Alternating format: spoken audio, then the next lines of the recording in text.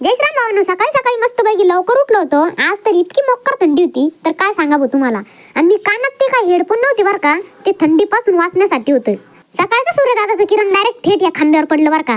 मस्तपैकी मी लगेचच आपल्या घराच्या छतावर आलो. इतकं भारी सनसेटचं आगमन झालेलं होतं, तर काय सांगा भाऊ तुम्हाला. कसं माहिती का, मोक्कार रे.